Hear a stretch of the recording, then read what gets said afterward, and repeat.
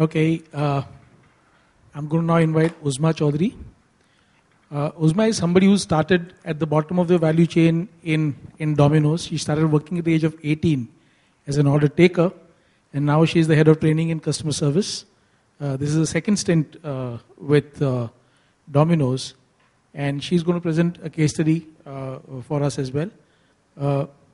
She's actually had her department, the training department in India, was, and I wish Cyrus was here, but is recognized as among the best in the world by Domino's. So it's possible for Indian services also to really shine out in a global environment. So with that, I hand over to Uzma. Thank you.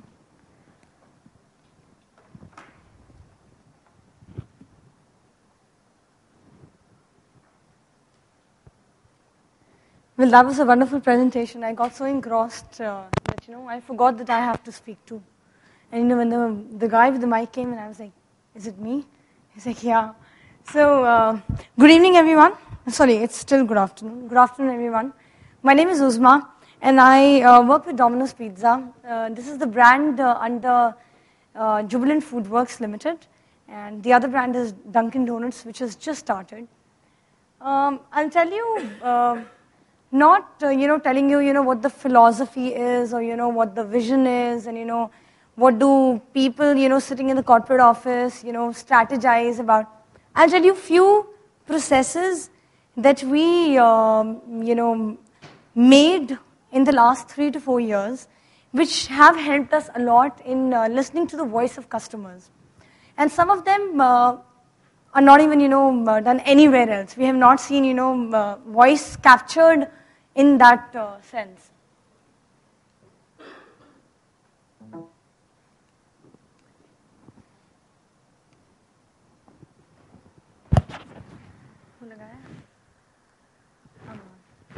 Thanks. So what is Domino's Pizza India? We are here since 1996, selling pizza, and primarily we were a pizza delivery company only. Worldwide, if you look at Domino's Pizza, I'm sure most of you must have been overseas. It is till now also a delivery pizza company. It is not into dine-in space. But right now, 50% of our revenue, 50% of our business comes through dine-in. We're leader in pizza market, not just in delivery, but overall space. We are present in over 35 cities in India alone. And we have over 460 outlets, which is the largest QSR, which is quick service restaurant in India. We have over 15,000 employees, 15,000 with an attrition rate of around 100%, which means that 30,000 employees, and most of them, 90% of them are the order takers, the crew members, the pizza makers, and the delivery boys, who you see, on the roads. We are number driven. Right from day one, it is all about numbers. How many pizzas? What was the top line? What is the bottom line? How successful are we? In how many months or years will we get the ROI? This is all that we know about. Each and every person, each and every store manager, whom we call a CEO of that store, knows the numbers, on the fingertips.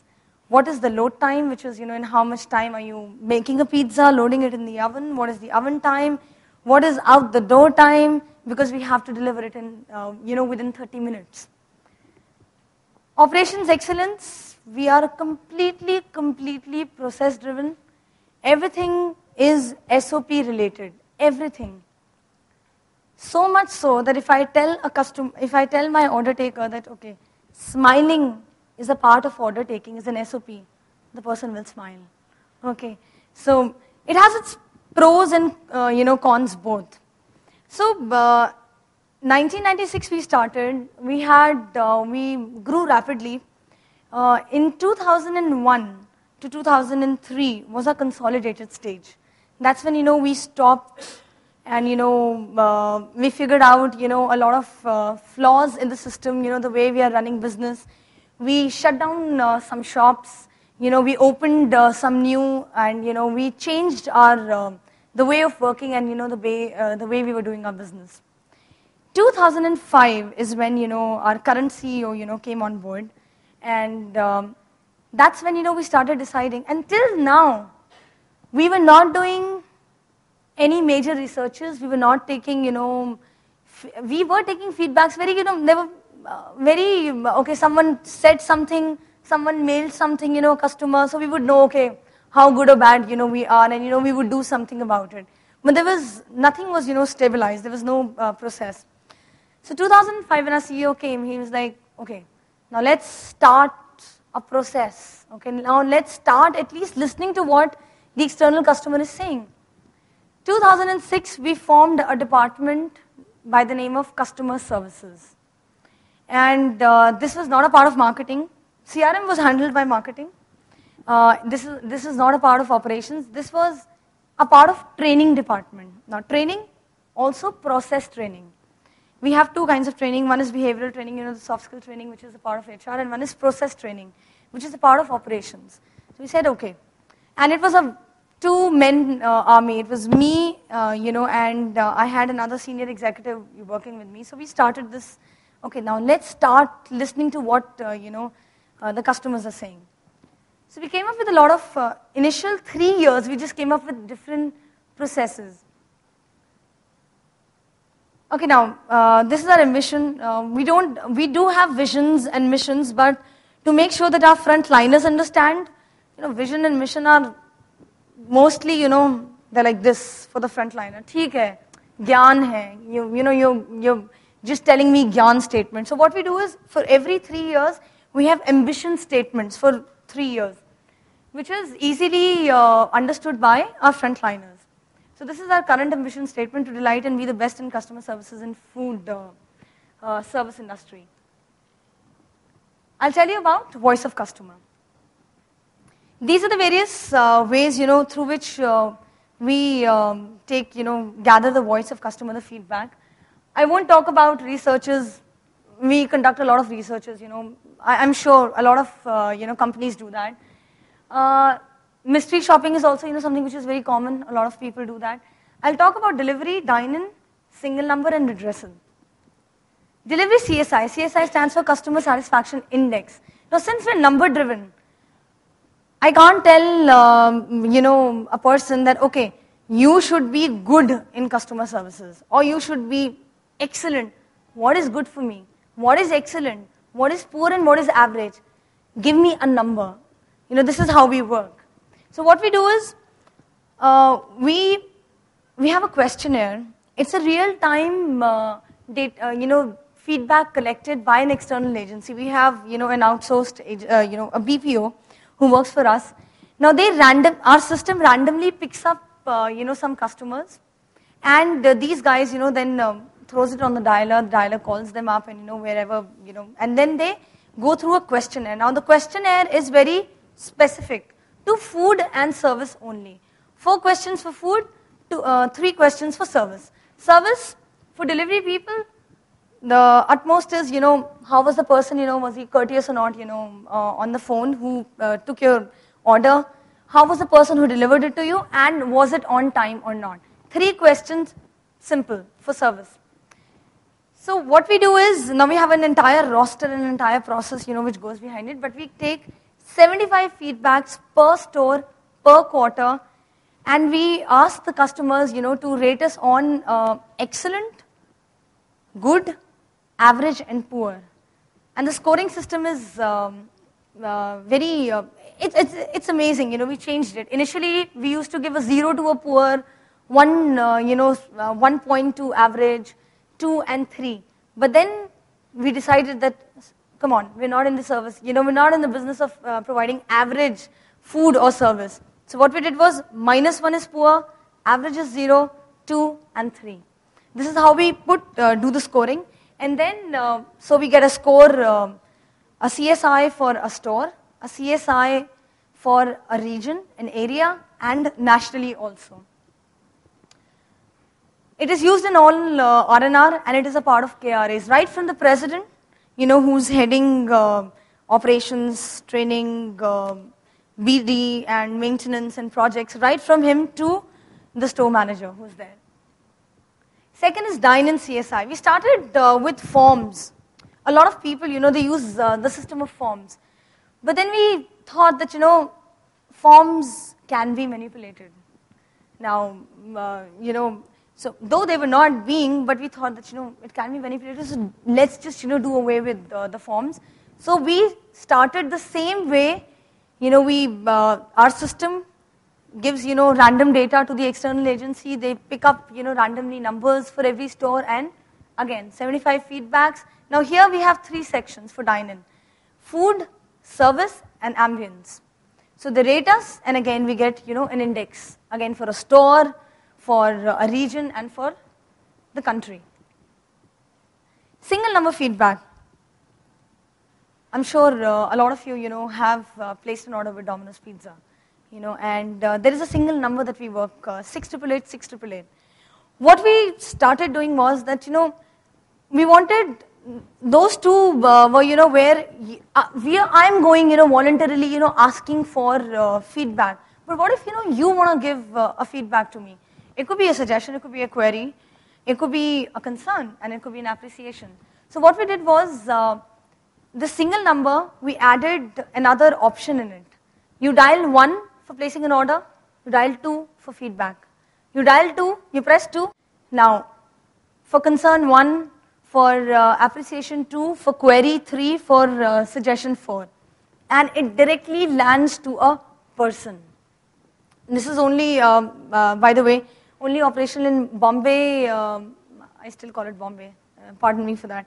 It's only there in Bombay, Delhi, Calcutta, not in Calcutta, but in Bangalore. So 3 metros currently.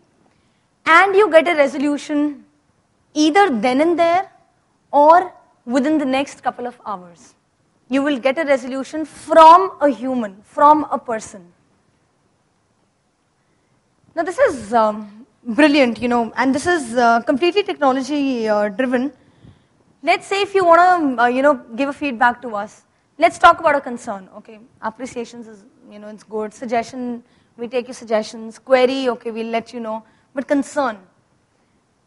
If you go to the Domino's Pizza India website, which is www.dominos.co.in, and you go to the Talk to Us section, it is a very elaborate section, It will ask you, okay, where are you from? What's your name? What's your email address? Okay, first, so that, we can get back to you. Your address, the store, we help you, find out your store. What is your concern? If it's a concern, okay, concern, appreciation, whatever. If it's a concern, then what is it regarding? Is it regarding product, service, or product, service, both, or something other? Then after that, we give you that, okay, now please let us know that what it is. You submit it, you get a number. You get a reference number that, okay, someone will get back to you, automated reply, someone will get back to you within the next 48 business hours.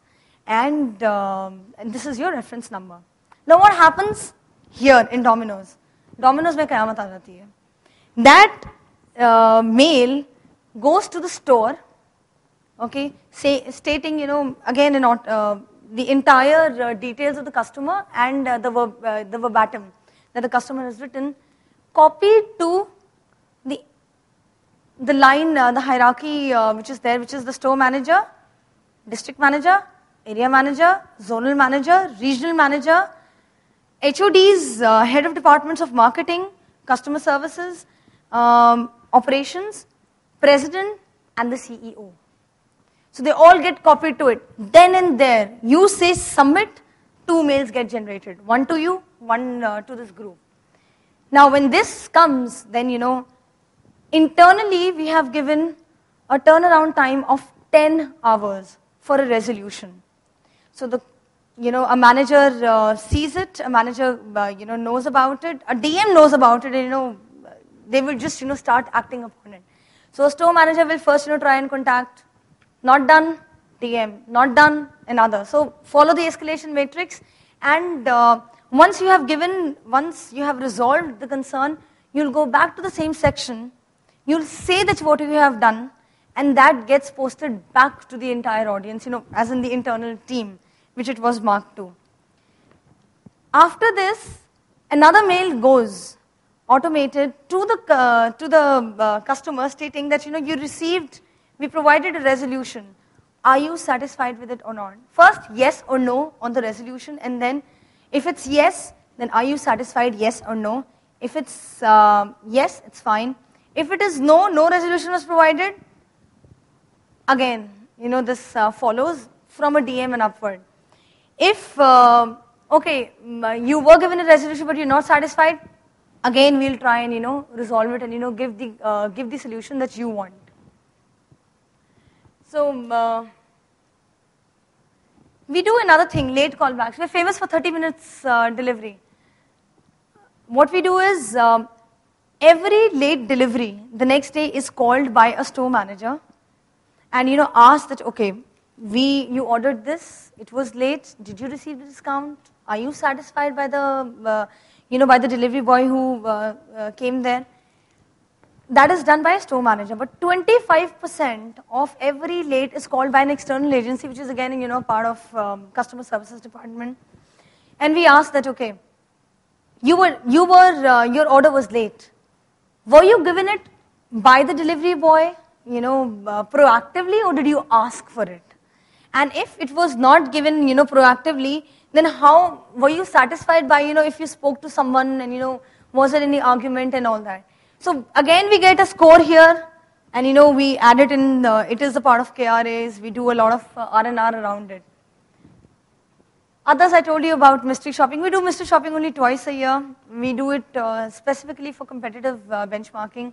We do a lot of researches, 3 to 4 researches in a year, finding about, like the latest was, what does delight mean to customers? To dine-in customers and to delivery customers. And then, we make our strategies and action points around it. What we do after this is, I'm just a couple of slides. Then we work on the content. Okay, now we know what the customer is saying. And this content piece, we started working just 2 years back. And currently we have 9 people in this department who are ably helped by 50 people who are in the training department.